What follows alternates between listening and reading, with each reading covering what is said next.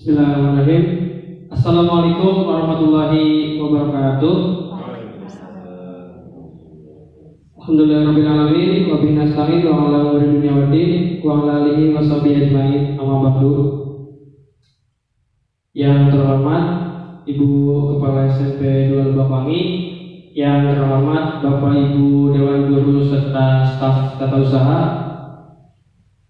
Pertama-tama marilah kita panjatkan puji syukur kita atas kehadiran Allah Subhanahu wa taala, karena di siang hari ini kita masih bisa dipertemukan di tempat yang insyaallah diridhai oleh Allah Subhanahu wa taala.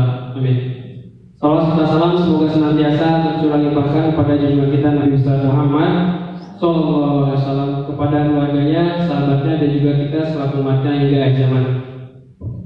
Mohon izin Ibu Kepala Sekolah, Bapak Ibu Guru Senior, saya berdiri di sini bukan karena untuk menyombongkan diri, bukan untuk memberikan materi, bukan, tapi yang pertama adalah melaksanakan tugas saya sebagai calon guru penggerak angkatan 11. Jadi kebetulan ada sebuah tugas diseminasi budaya positif di modul 1.4 yang mengharuskan saya untuk melakukan pengimbasan kepada Bapak Ibu Guru semua. Jadi mohon dimaafkan berdirinya saya di sini bukan untuk menyombongkan diri, apalagi untuk menggurui. Baik, tanpa berlama-lama, untuk mengefektifkan waktu, kita langsung diskusi saja. Judulnya diskusi ya, biar sama-sama cair, sama-sama enteng. Oke. Sebelum kita mulai, kita speaking dulu biar fresh. Walaupun saya tahu otaknya sudah pengen istirahat, sama saya juga. Oke. Speakingnya cukup mudah, cukup gampang. Kita mulai. Cluenya adalah bumi itu bulan. Guru matematika ibu pasti harus tahu. Bumi itu bulan. Oke, saya di sini deh. Bumi itu bulan. 30 tambah 5, 100 tambah 2 sama dengan 35, 102. Sama dengan nomor 1 jawabannya 35, adanya 35. Nomor 2 2. Oke, kita cek jawabannya.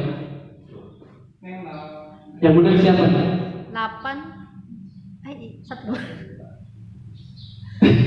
30 ditambah 5 sama dengan 1, 100 ditambah 2 sama dengan 2. Kenapa? Karena cluenya adalah bumi itu bulan. Berarti yang bulan-bulan, maaf, saya izin ke depan. Karena di angka 30 itu ada yang bulan jumlahnya 1. Di nomor 2 ada yang bulan jumlahnya 2. Kan kita ke clue Pak. Nih. Tuh, clue-nya bumi itu bulan. Berarti bulan. Oke, lanjut ya, soal kedua. Keliling dunia. Lanjut. Saat ini saya atau kita berada di Indonesia. 3 jam lagi akan berada di mana? Indonesia lagi. Betul? Clue-nya keliling dunia. Saat ini saya berada di Indonesia, 3 jam lagi akan berada di mana? Indonesia. Okay. Di dunia. Ibu dia boleh? Ibu? Ada di mana? Pas saya? Indonesia tadi ya? Oke. Kita cek dulu. Denmark. Kenapa Denmark? Kita balik ke sini. 3 jam lagi akan berada di mana? Maka huruf ketiga dari Indonesia adalah D. Maka dunia atau negara yang asal berawalan D adalah Denmark. Atau bisa juga diganti dengan yang lainnya. Terakhir. Oh iya, Domas bisa. Terakhir. Perhatikan dan dengarkan pertanyaannya. Oke, saya lagi nangkap nyamuk. Ada berapa nyamuk yang tertangkap? 3. Lagi ya, ulangi. Ada berapa nyamuk yang tertangkap? 1, 3. Kenapa 3? Kenapa 3, Pak? Karena 3 Tiga ketukan. Ibu kenapa 1? Karena ketukan. Oke. Tepuk berapapun karena nyamuknya 1. Oh, jadi gitu. Oke, baik. Kita cek jawabannya. 5. Kenapa? Kita kembali ke clue. Clue-nya adalah perhatikan dan dengarkan pertanyaannya. Pertanyaannya adalah ada berapa nyamuk yang tertangkap? Dari pertanyaan itu ada berapa kata? Ada berapa kata? Ada 5 kata. 5. Berarti jawabannya 5. Cuma sedikit ya. Iya. Oke, terima kasih. Kita langsung mulai ya, biar cepat. Oke, baik Bapak Ibu. Mohon izin sekali lagi, bukan saya hanya ingin memberi tugas saya.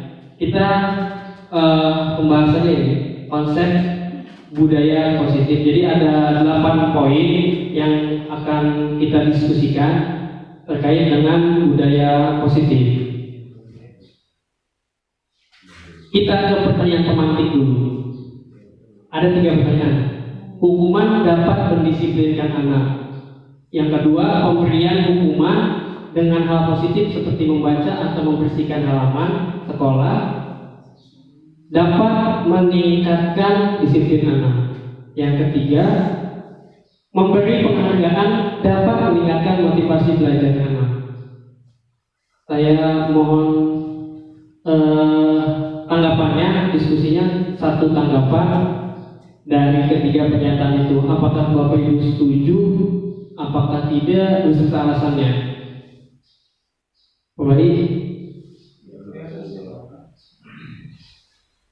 Yang pertama, hukuman dapat mendisiplinkan anak. Yang kedua, memberi hukuman dengan hal positif seperti membaca atau membersihkan halaman sekolah dapat meningkatkan disiplin anak. Dan yang ketiga, memberi penghargaan dapat meningkatkan motivasi intrinsik, motivasi belajar anak.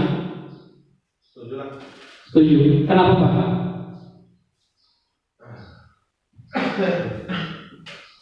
Saya setuju Pak, pada prinsipnya memang Kode. hukuman atau punishment dan reward itu seiring berjalan dan dua-duanya. Ketika ada surga berarti ada neraka. Berarti punishment dalam hal ini sangat dibutuhkan. Namun ketika kita bicara di mana kita juga mendengarkan apapun yang terjadi di sini tidak lepas dari dunia pendidikan itu sendiri. Jadi hukuman dapat mendisiplinkan anak ya, cuma dalam kategori kedisiplinan hukumannya tidak keluar dari ranah pendidikan juga. Yang kedua, pemberian hukuman dengan hal positif seperti membaca atau membersihkan halaman sekolah dapat meningkatkan disiplin anak. Ya, menurut saya ya, karena tetap harus ada pembeda antara anak yang disiplin patuh dengan anak yang melanggar. Walaupun hukumannya hanya membersihkan halaman atau membaca itu sudah merupakan sebuah hukuman yang saya yakin akan berefek, walaupun efeknya bukan ke anak yang sedang dihukum, ke yang lain juga sebagai gambaran.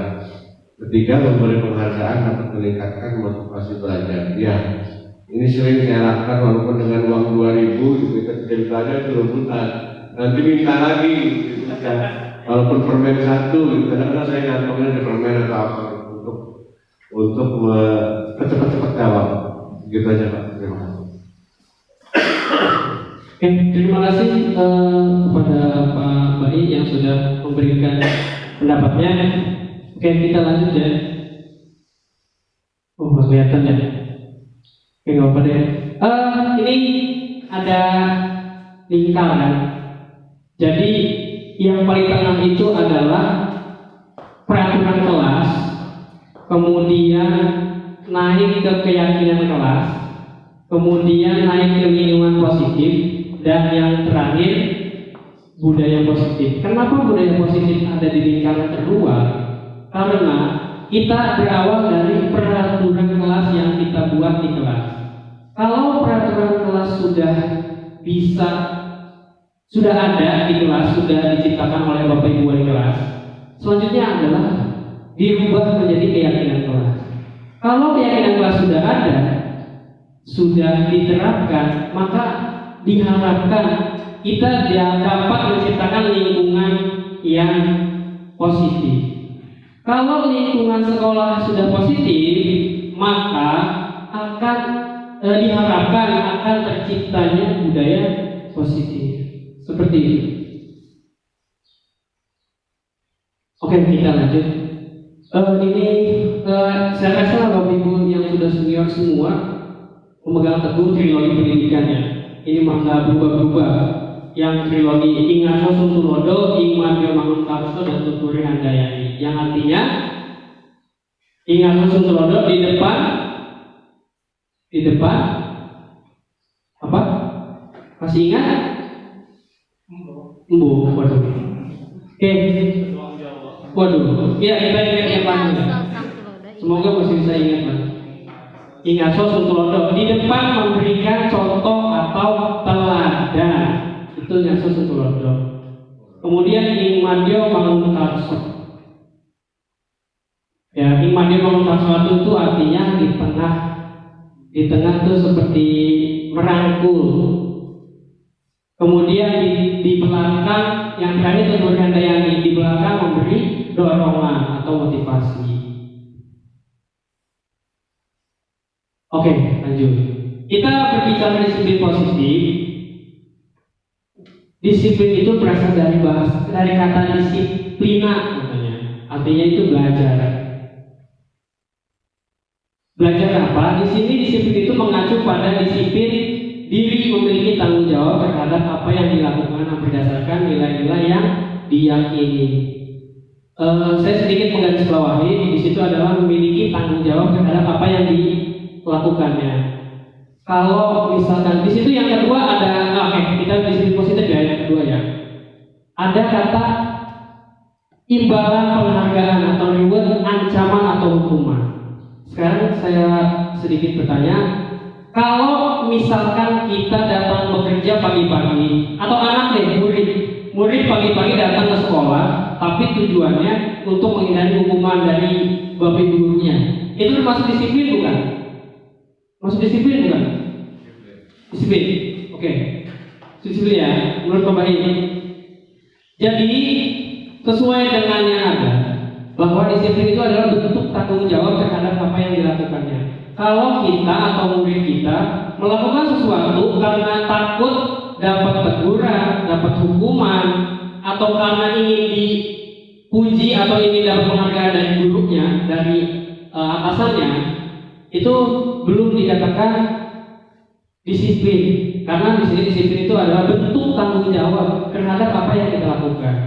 Karena disiplin itu artinya kita tuh merasa bertanggung jawab terhadap apa yang kita miliki, apa yang ada di dalam diri kita. Kita berangkat pagi ke sekolah, datang pagi, anak-anak datang pagi itu semata-mata emang karena dia ingin bertanggung jawab. Kalau saya tidak datang pagi, maka saya akan merasa tidak enak hati.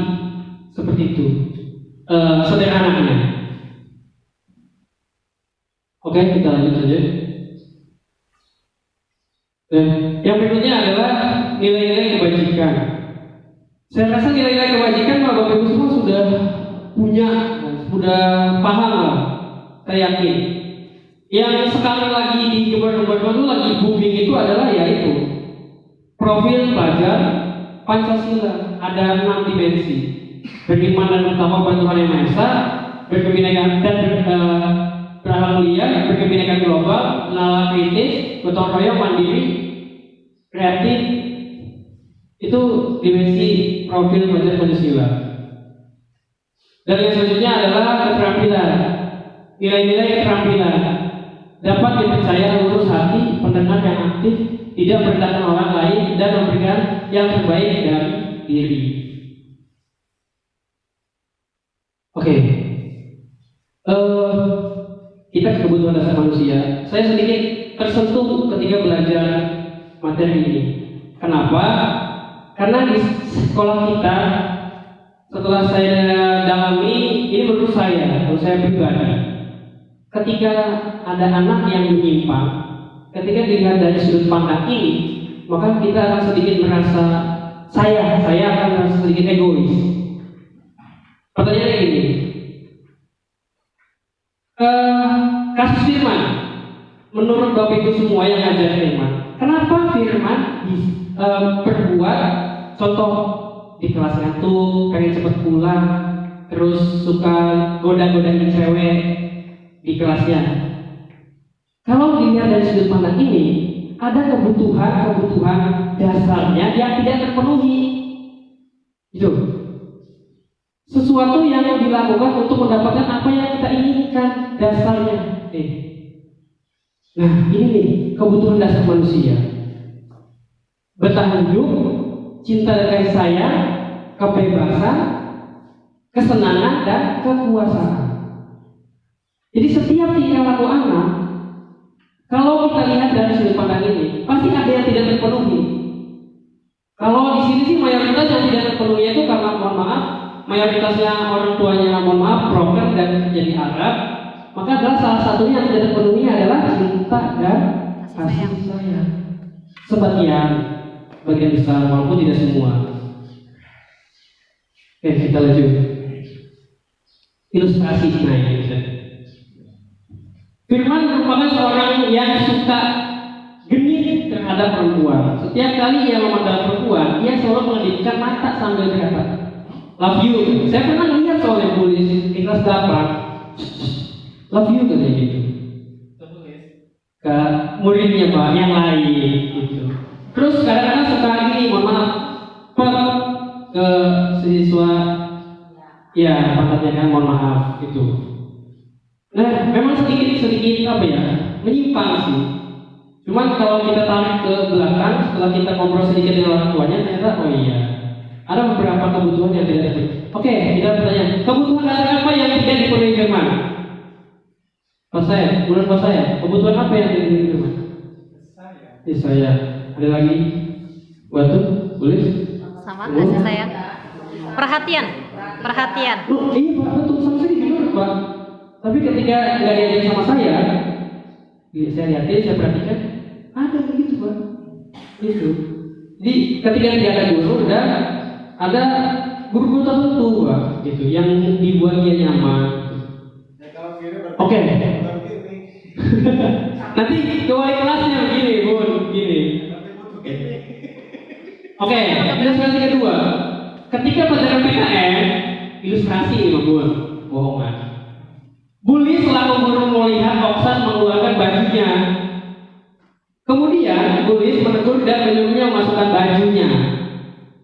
Dengan santai Oksan menjawab, "Gak nyaman Bu, rungsep." Pertanyaannya, kebutuhan dasar apa yang ingin dipenuhi oleh Oksan? Kita bisa kembali ke sini. Nah, kira-kira kebutuhan apa yang ingin dipenuhi Oksan? Kebebasan. Pada dasarnya murid laki-laki itu semua, bukan laki-laki doang, pada dasarnya semua itu pengen yang namanya kebebasan. Tapi tinggal bagaimana kita mengontrol itu agar tidak menjadi berlebihan. Lanjutnya, mohon maaf.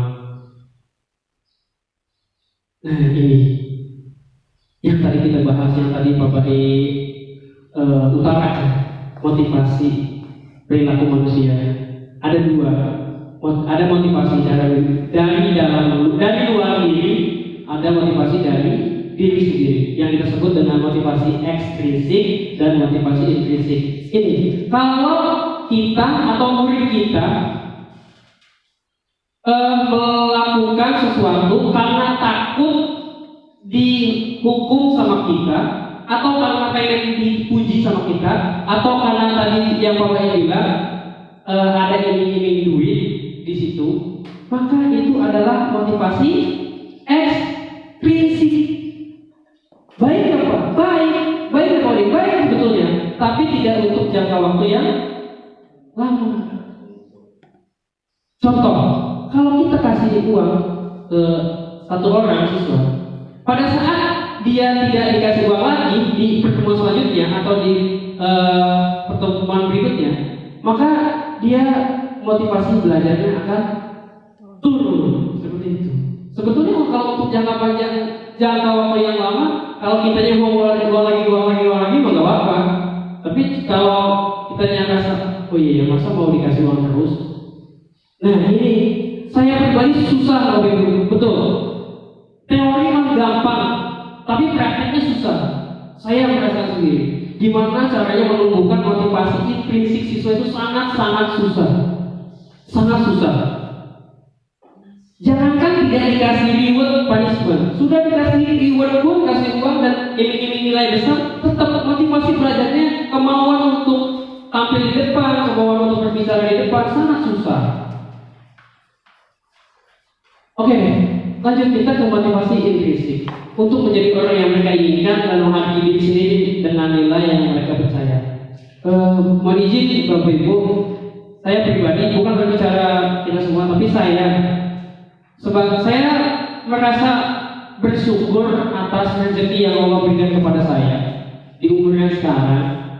Saya saya hanya bisa bersyukur salah satunya dengan yaitu mengerjakan tugas utama saya mendidik dan mengajar, datang tepat waktu, pulang tepat waktu. Saya tidak bermaksud menjadi Bapak Ibu semua, tapi saya hanya ingin melakukan apa yang saya inginkan. Saya melakukan itu semua bukan untuk dipuji oleh Ibu Kepala, atau bukan juga untuk menghindari hukuman atau punishment dari pimpinan. Kita lanjut. Nah, hukuman. Kita kan kalau lagi ngajar kan pasti nemuin ya anak-anak tuh berbuat salah, nggak mengerjakan tugas. Yang sering itu nggak mengerjakan tugas ya pasti di kelas, nggak mengerjakan PR lah. Ya, maka salah satu opsi yang pasti atau yang mungkin kita lakukan adalah memberikan hukuman. Hukuman itu definisinya begini, definisinya tidak terencana atau tiba-tiba. Oke, contoh kayak tadi, mohon maaf Bu Atun, saya lihat anaknya dihukum lagi Bu Atun. Apakah semalam Bu Atun merencanakan untuk menghukum anak? Tidak ya. Tapi karena anak tidak melakukan tugas, maka Bu Atun spontan untuk menghukum. Jadi tidak terencana. Yang kedua, murid tidak tahu apa yang akan terjadi. Jadi nggak tahu nih anak-anak tuh, oh ya saya nggak ada tugas, kira-kira bakal apa ya? Wah pasti beresin sampah doang, pasti nyuci WC, pasti suruh lari di lapangan, pasti gitu. Jadi nebak-nebak, belum tahu apa yang akan dia dapatkan dari guru yang bersangkutan. Selanjutnya berupa hukuman fisik bersifat satu arah, ya satu arah dari guru ke siswa doang, dari guru ke murid. Jadi bukan dari guru ke guru, dari guru ke murid. Yang selanjutnya adalah hukuman fisik biasanya kebanyakan. Kalau di saya ya kebanyakan hukuman fisik. Jadi kayak suruh lari, suruh push up dan sebagainya, atau suruh berdiri di lapangan, atau suruh nyapu yang melibatkan aktivitas fisik. Lanjut. Nah ini ada konsekuensi. Kita ada 3 hal penting ya Bapak Ibu ya. Ada hukuman, ada konsekuensi, ada restitusi. Ini yang menurut saya tiga-tiganya hal penting yang saya pribadi harus punya, harus paham. Karena berkaitan dengan pelaksanaan tugas kita sehari-hari mengajar dan mendidik di kelas. Konsekuensi itu artinya terarah, terencana, disepakati sesuai peraturan. Jadi sudah kita tetapkan dulu di kelas. Yang kedua, murid dibuat tetap tidak nyaman. Jadi kalau melakukan kesalahan, pasti konsekuensinya yang nggak disukai nggak nyaman. Yang ketiga, gurunya selalu memonitor muridnya. Dia tetap diawasi oleh kita. Oke, sekarang kita diskusi sebentar. Kasus pertama, lari mengelilingi lapangan basket 2 kali karena terlambat hadir di sekolah. Itu sama dengan hukuman. Yang kedua, lari mengelilingi lapangan basket 2 kali karena terlambat 10 menit untuk pelajaran PJOK. Konsekuensi. Kenapa berbeda? Karena di situ sama-sama lari mengelilingi lapangan, di atas mengelilingi lapangan, di bawah juga mengelilingi lapangan. Tapi kenapa masuk yang di atas masuk hukuman, yang di bawah masuk konsekuensi? Kan kita kembali lagi ke sini ya. Kalau hukuman itu tidak terencana, tiba-tiba tidak tahu apa yang akan terjadi, satu arah doang, hukuman fisik, menimbulkan rasa sakit setelahnya dengan waktu yang sedikit lama. Sedangkan konsekuensi adalah terencana, disepakati sesuai aturan, murid tetap dibuat tidak nyaman, sikap guru selalu memonitor. Nah, sekarang kita ke sini. Kenapa di antara dua kasus itu ini berbeda jenisnya? Yang satu mah hukuman jenisnya, yang dua konsekuensi. Bapak Ibu, tulis atau Ibu? Kenapa Pak? Alasannya Pak? Kalau hukuman itu pasti Kalau hukuman itu menurut saya ketika terjadi pelanggaran, kalau konsekuensi itu kemungkinan besarnya sudah ada kesepakatan di awal, ada kesepakatan. Ketika terjadi pelanggaran dan kesepakatan itu, maka timbullah konsekuensi hukum. Terima kasih, jawabannya yang sangat luar biasa. Jadi ini Bapak Ibu, konsekuensi itu sederhananya begini, suatu yang kita terima atas tindakan yang telah kita perbuat. Contoh, kalau kita sengaja numpahin minuman, saya sengaja numpahin minuman ke meja Bapak Ibu, maka konsekuensi apa yang harus saya terima Pak? Membersihkan, ganti. Tapi kalau hukuman yang harus saya terima bisa aja Bapak Ibu, oding push up misalkan, oding lari di lapangan misalkan, oding junior push up. Tapi kalau konsekuensi itu harus diterima berdasarkan apa yang kita lakukan. Dalam hal ini adalah contoh, kalau ada kita numpahin minuman misalkan, atau kita mencoret-coret buku, ada murid mencoret-coret buku temannya, maka tugas atau konsekuensi yang harus kita terima adalah menghapusnya. Seperti itu bedanya. Nah, kaitannya dengan kasus ini adalah kenapa di atas mulai lapangan basket karena terlambat hadir ke sekolah itu hukuman, dan yang di bawah pelajaran PJOK itu konsekuensi. Sederhananya gini, datang ke sekolah itu tidak terikat dengan satu mata pelajaran pun. Bisa aja dia masuknya pertama kali ada pelajaran PKN, bahasa Indonesia, PAI dan sebagainya. Jadi guru yang bersangkutan menghukum. Tapi kalau dia terlambat pelajaran PJOK, karena PJOK aktivitasnya fisik di lapangan, dia terlambat 10 menit, maka sesuai dengan yang tadi ada di materi, yang sudah disepakati apa? Misalkan, kalau terlambat 10 menit, nanti konsekuensinya dapat lari 10 menit. Dan itu konsekuensi. Kenapa? Karena sudah direncanakan di awal. Itu. Kita lanjut ke cepat. Nah, ini saya mau masukkan ya sahabat guru semua. Ada 6 pertanyaan, 6 pernyataan. Bapak Ibu tinggal menyatakan di kolom sebelah kanan apakah pernyataan di sebelah kiri itu termasuk hukuman atau konsekuensi. Pernyataan 1, mencatat 100 kali di dalam buku kalimat saya tidak akan terlambat lagi karena terlambat ke sekolah, termasuk hukuman atau konsekuensi? Hukuman. Oke, kita ini dulu ya. Kita skip dulu, kita tahan dulu. Yang kedua, lari mengelilingi lapangan basket 2 kali karena terlambat hadir di sekolah. Hukuman. Konsekuensi. Konsekuensi. Oke, lanjut. Yang ketiga, murid diminta push up 15 kali karena tidak menggunakan masker ke sekolah. Hukuman.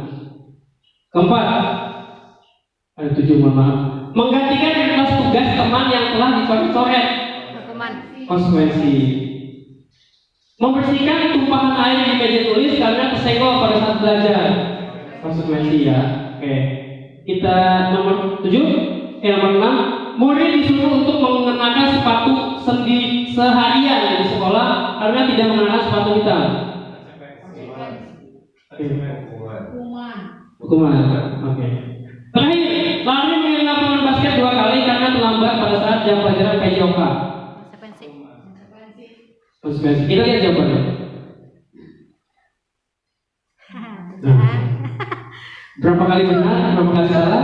Gak apa-apa, kita ikut aja. Sama saya juga nggak tahu awalnya, belum tahu. 100 kali dalam buku kalimat itu saya tidak akan terlambat lagi karena terlambat ke sekolah. Itu hukuman. Capek, nggak ada, bukan nggak ada ya. Manfaatnya tidak terasa. Mencatat itu buat apa? Itu. Oke, yang kedua, lari dari lapangan basket 2 kali karena terlambat siang tadi, yang kasus pertama. Yang ketiga, push up 15 kali karena tidak menggunakan masker sekolah, hukuman. Yang keempat, menggantikan kelas teman yang telah coret, konsekuensi. Yang kelima, membersihkan tumpahan air, konsekuensi. Murid disuruh untuk mengenakan sepatu seharian di sekolah karena tidak mengenakan sepatu hitam, hukuman. Betul ya, hukuman bukan konsekuensi. Nomor 7, terakhir, mengelilingi lapangan basket 2 kali karena terlambat 10 menit untuk belajar PJOK, konsekuensi. Oke. Sampai sini sedikit paham ya. Oke, lanjut. Nah ini nih bedanya hukuman sama konsekuensi. Saya berharap saya pribadi bisa memulai menerapkan hukuman dan konsekuensi di kelas. Kalau Bapak Ibu wali kelas saya tulis, Bu Pak Ibu Nunung enak ada keyakinan kelas di situ di kelasnya, bisa berpatokan pada keyakinan kelas. Yang pertama adalah sesuatu yang menyakiti harus terjadi. Hukuman itu bentuknya dipaksakan, jadi harus terjadi. Kamu tidak mengerjakan PR, kamu dihukum. Kalau konsekuensi, kerjakan. Ada waktu kerjakan. Sesuatu yang harus terjadi. Nah ini konsekuensinya. Kalau tidak mengerjakan PR berarti harus dikerjakan. Membuat anak sakit biasanya berupa hukuman fisik. Anak menghargai disiplin, kemudian paksaan. Kalau konsekuensi stimulus respon. Oke. Sedikit ngebut. Nah, yang ketiga adalah yang ketiga menurut kita bagi adalah restitusi. Hukuman, kemudian konsekuensi, dan yang terakhir ada restitusi. Restitusi itu adalah proses menciptakan kondisi murid untuk memperbaiki kesalahannya. Yang kedua, proses kolaboratif yang mengajarkan murid untuk mencari solusinya sendiri.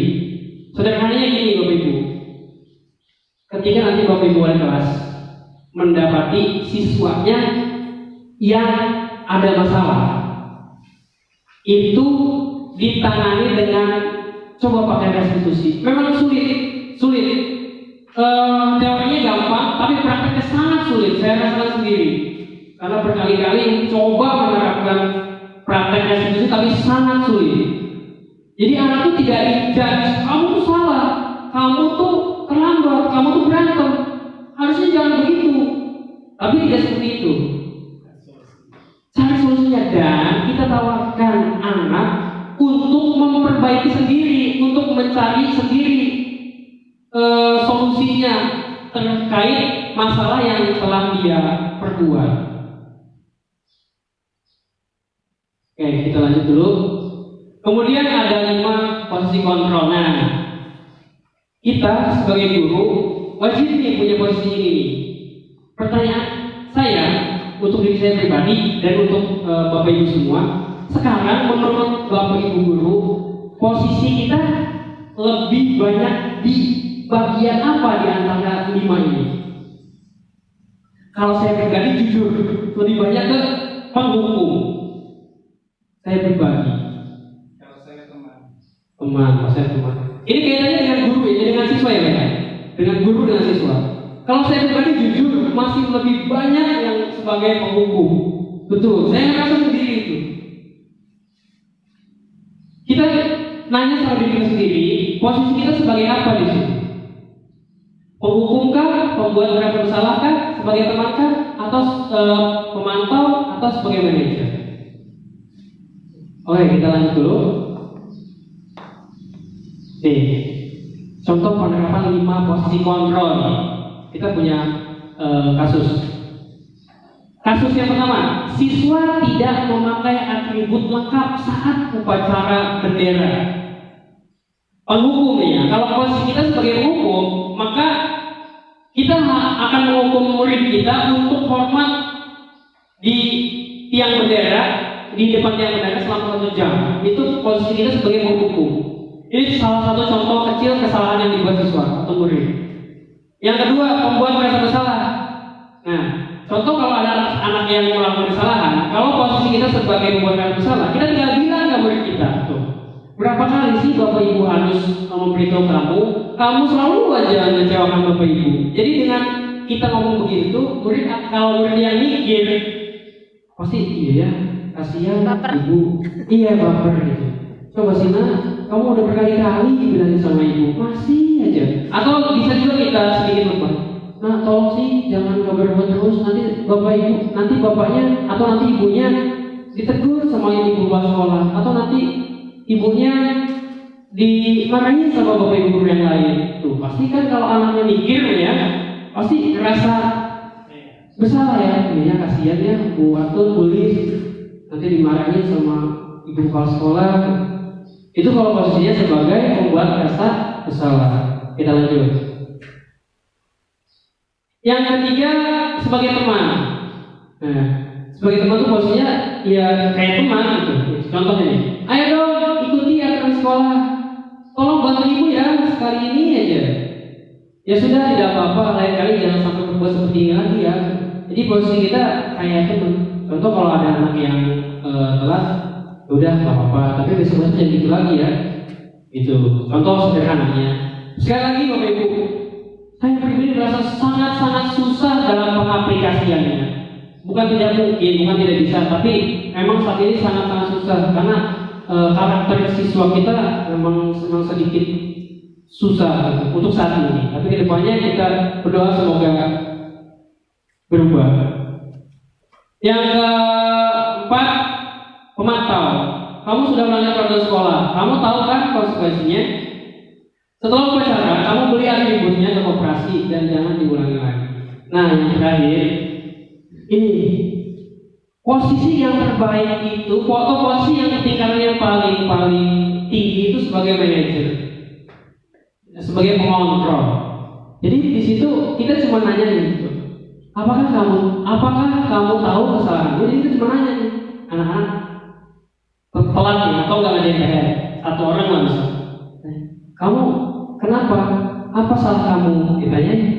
Terus kira-kira dari kesalahan yang kamu buat, caranya gimana biar kamu bisa memperbaiki kesalahan kamu? Nah, itu pasti sebagai manajer. Saat ini adalah posisi penghukum, posisi kita sebagai penghukum adalah posisi yang paling rendah. Jadi saya pribadi dan berharap juga Bapak Ibu semua kita mengupgrade lah kalau bahasa keren memang. Jadi ya setingkatnya lah dari posisi penghukum tuh kalau bisa jangan ya. Saya pribadi masih bahkan dominan, tapi insya Allah saya bakal mengurangi. Oke, kita lanjut. Oke, kita diskusi sejenak lagi. Pertanyaannya, posisi apakah aku? Posisi apakah saya? Bapak Ibu tidak jawab. Saya kecewa sekali dengan kamu. Posisi apa? Ada posisi di mana ya? Ada penghukum, pembuat merasa bersalah, teman, Membuat merasa bersalah. pembuat merasa bersalah. Oke ya, kita lanjut. Ya, itu pembuat merasa bersalah. Jadi saya kecewa dengan kamu. Atau Bapak kecewa sama kamu. Itu pasti kalau anak yang mikir pasti nggak salah. Lanjut, yang kedua. Kamu tidak pernah melakukannya. Pak, kamu tidak pernah melakukannya. Oke.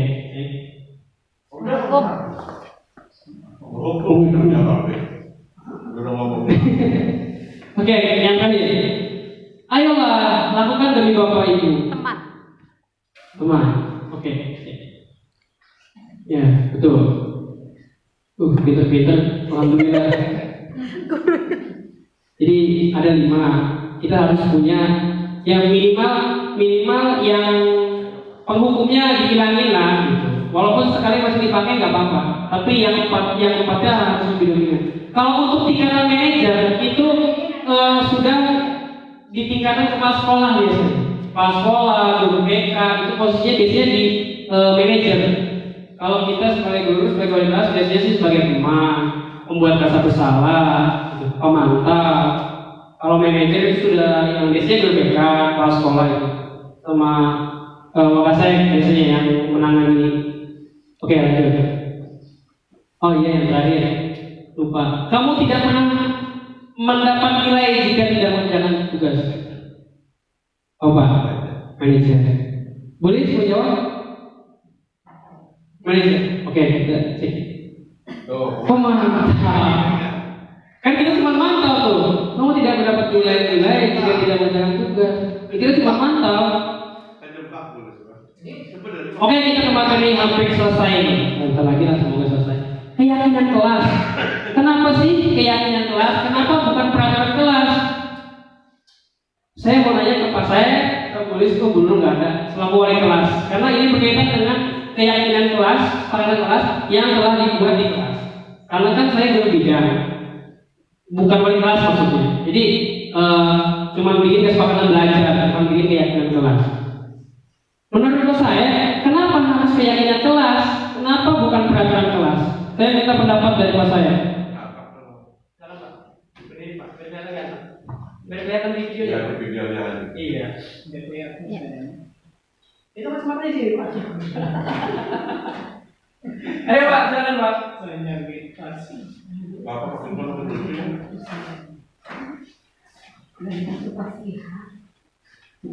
Mengapa keyakinan kelas, Pak? Mengapa bukan peraturan kelas?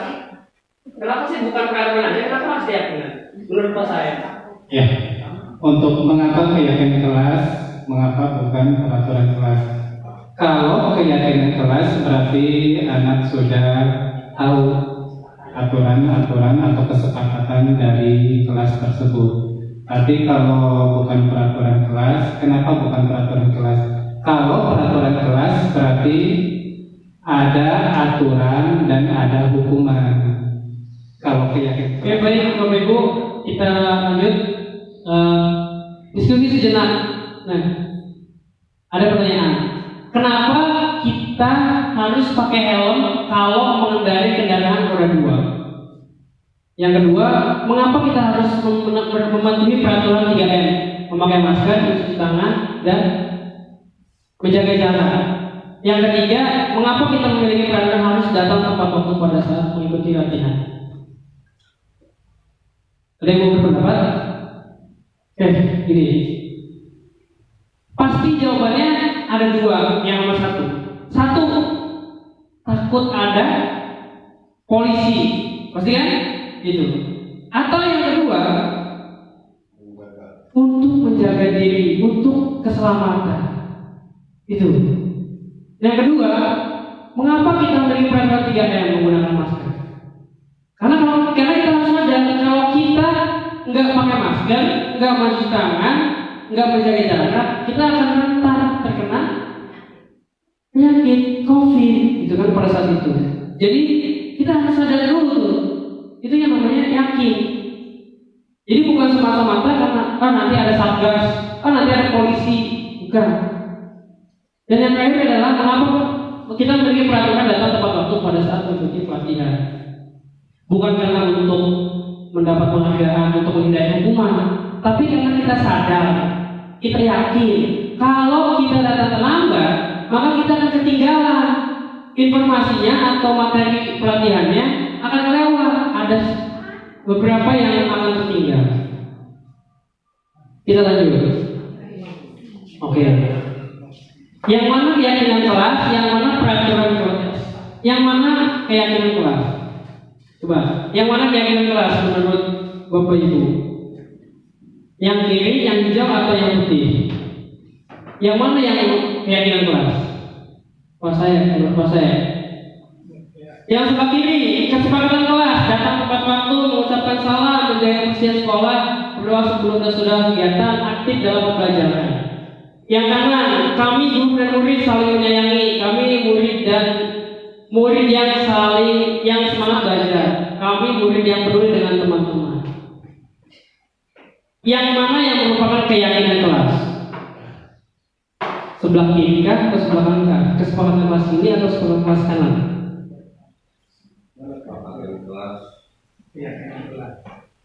Yang mana yang sebut keyakinan kelas? Sebelah kiri. Yang hijau. Oke. Menurut Bunda yang sebelah mana? Kiri. Oke. Sekian. Ya belum. Ya gini Bapak Ibu. Keyakinan kelas dibuat atas dasar peraturan. Jadi ketika kita akan membuat peraturan kelas, keyakinan kelas, kita bikin dulu peraturan-peraturan. Contoh yang ada di sini aja. Dilarang peraturan pertama, dilarang terlambat. Lihat yang pertama yang hijau. Datang tepat waktu. Itu sudah kesepakatan kelas. Peraturan kelasnya adalah, ini tingkatannya gini Bapak Ibu ya. Peraturan, kesepakatan, baru keyakinan. Jadi kita buat peraturan dulu. Peraturannya apa? Dilarang terlambat. Maka kita ubah menjadi kalimat yang positif. Datang tepat waktu. Itu kan jadi kesepakatan kelas. Dirubah lagi menjadi kalimat yang positif. Jadi kami guru dan murid yang saling menyayangi. Oke, situ yang nomor sebaiknya. Jadi menghargai waktu. Contohnya dibuat dari kalimat peraturan menjadi kesepakatan dan diubah menjadi keyakinan. Jadi bentuk keyakinan kelas itu kalimatnya kalimat positif, bukan larangan, bukan perintah, bukan dilarang, bukan disuruh, bukan. Tapi bentuknya kalimatnya positif. Jadi keyakinan, misalkan kami murid yang saling menghargai, keyakinan. Oke, lanjut. Yang kita masih berbicara yang hijau ya, yang menjaga kebersihan sekolah. Kalau menjaga kebersihan sekolah, berarti peraturannya apa? Peraturannya apa, Pak? Buanglah sampah pada tempatnya atau dilarang membuang sampah. Maka kalimat positif yang diganti menjadi menjaga kebersihan kelas atau sekolah. Itu sepakatannya. Oke, dan sebagainya karena waktunya kalau nggak buru. Oke, ini lanjut aja tadi udah. Nah, ini pembentukan keyakinan kelas yang tadi itu bersifat abstrak, tidak nyata. Jadi setelah dibuat peraturan, ada peraturan, diubah menjadi kesepakatan, diubah lagi seakan-akan kalimatnya menjadi kalimat positif. Berupa pernyataan universal. Ini pernyataan, bukan sebuah pertanyaan, bukan sebuah instruksi, tapi pernyataan. Contoh, kami murid yang saling menyayangi. Contoh, kami murid yang menjaga kebersihan. Jadi nanti kalimatnya kalimat berbentuk kalimat positif diganti lagi. Jadi kalau masih ada kelas peraturan dilarang membuang sampah dilarang membuang sampah sembarangan atau dilarang membuang sampah pada kelas. Jadi kita ganti Pak, boleh, belum. Kita ganti dengan kami murid yang saling menjaga kebersihan misalkan. Lanjut lagi sedikit lagi. Nah ini tadi udah peraturan keyakinan, bedanya ini. Oke, ini terakhir segitiga restitusi. Jadi kalau kita ada siswa kita atau murid kita nanti untuk masalahnya untuk kuliah, semoga kalau ada kasus anaknya bikin masalah, semoga bisa menangani sendiri dengan cara segitiga restitusi. Semoga itu. Kalau untuk saya dan ibu itu opsi terakhir. Kalau bisa ditangani dulu sama bapak ibu di kelasnya. Itu. Caranya mana? Ada 3. Satu, caranya menstabilkan identitas. Nanti kita jelaskan. Yang kedua, validasi tindakan yang salah, dan yang ketiga, menanyakan keyakinan. Caranya seperti apa? Kita lihat sama-sama. Menstabilkan identitas. Jadi pas anak bikin masalah, contoh, si Haprian tidur misalnya Pak, Bu, tulis Haprian tidur di kelas. Jadi nanti ibu panggil tuh anaknya ke kelas, ke kantor, tanya, Haprian, apakah kamu tertidur? Misalkan Bu posisinya dapat laporan pas pelajaran siapa, contoh pas pelajaran saya tuh Hapriannya, terus tidur atau nggak berantem lah. Haprian, kamu tadi berantem katanya sama Pak Odi. Apakah benar? Tanya begitu tuh. Yang pertama ada, nanti Hapriannya jawab nih, siswanya jawab Pak. Iya Pak, iya Bu, benar. Nah, yang pertama adalah kita tanya dulu. Bukan tanya, kita stabilkan dulu emosinya, stabilkan dulu perasaannya. Dengan cara apa? Dengan berkata seperti ini. Nggak apa-apa, Haprian, nggak apa-apa nih, nggak apa-apa no. Berantem itu berbuat salah wajar, nggak apa-apa. Kita stabilkan dulu. Tuh, contoh kalimatnya gini. Contoh kalimatnya ada banyak, ada 5. Tidak ada manusia yang sempurna, nggak apa-apa. Semua manusia pasti pernah melakukan kesalahan. Diawali dengan kata itu, biar anak itu merasa tenang. Kita lanjut. Yang kedua baru tuh, setelah kita berbicara begitu dengan siswa, dengan murid kita, baru kita memvalidasi tindakan yang salah. Tuh. Pastikan ditanya kan, apakah benar kamu berantem? Benar Pak, nggak apa-apa. Semua orang pasti pernah melakukan kesalahan. Nanti kita tanya lagi, tapi kenapa kamu bisa berantem? Pastikan. Nah nanti alasannya ini nanti kita tanya nih. Pasti kamu punya alasan. Kenapa kamu berantem? Mengapa kamu berantem? Mengapa kamu telat? Mengapa kamu bolos? Ditanya dulu tuh yang tahap keduanya, validasi tindakan. Setelah itu, baru kita menanyakan keyakinan. Nah, setelah kita tenangkan, stabilkan emosinya, kita tanya alasannya. Kamu punya alasan, kenapa kamu melakukan hal demikian? Dia jawab alasannya ini. Misalkan karena saya kesiangan. Nah, baru kita menanyakan keyakinan. Contohnya gimana? Tanya, kamu kan telat. Di kelas kita sudah bikin keyakinan. Dengan kamu telat, menurut kamu keyakinan apa yang telah kamu langgar? Atau kesepakatan kelas apa yang sudah kamu langgar? Atau keyakinan kelas apa yang belum kamu penuhi? Ditanya itu. Nanti kan jawab tuh. Kalau telat berarti lihat lagi kesepakatan kelas atau keyakinan kelasnya. Tidak menghargai waktu, belum menghargai waktu. Nah, setelah itu baru tuh ditawarkan. Bukan ditawarkan ya? Dikasih pilihan. Haprian, kamu sudah melakukan kesalahan. Kamu tidur pas jam pelajaran Pauli. Alasannya ini keyakinan kelasnya sudah kamu sudah kamu utarakan, sudah kamu langgar, ada yang belum kamu penuhi. Sekarang terakhir, apa yang akan kamu lakukan buat menembus istilahnya buat memperbaiki kesalahan yang sudah kamu buat? Tawarkan. Memang susah. Pas saya nawarin ke si Firman jawab gini, Firman telat. Jam pelajaran berapa? Telat 3 menit. Menurut Firman harus ngapain? Jawabnya apa Pak? Ambil sampah Pak, bersihin WC Pak, ambil sampah, pasti selalu ambil sampah.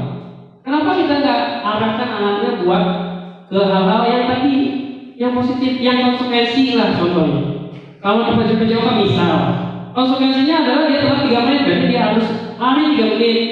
Karena dia telat 3 menit, misalkan.